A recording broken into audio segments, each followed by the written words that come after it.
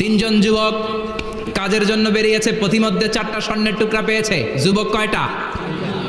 স্বর্ণ পাইছে কয়টা? মহা খুশি, খুশিতে বাকবাকুম। 4টা স্বর্ণের বড় বড় টুকরা পেয়েছে। আমরা আজীবন খেলে বসে খেয়ে যেতে পারবো, কিচ্ছু লাগবে না আমাদের। 3 বন্ধু বলে ভাগ করি, আরেকজন বলে ক্ষুধা লাগছে।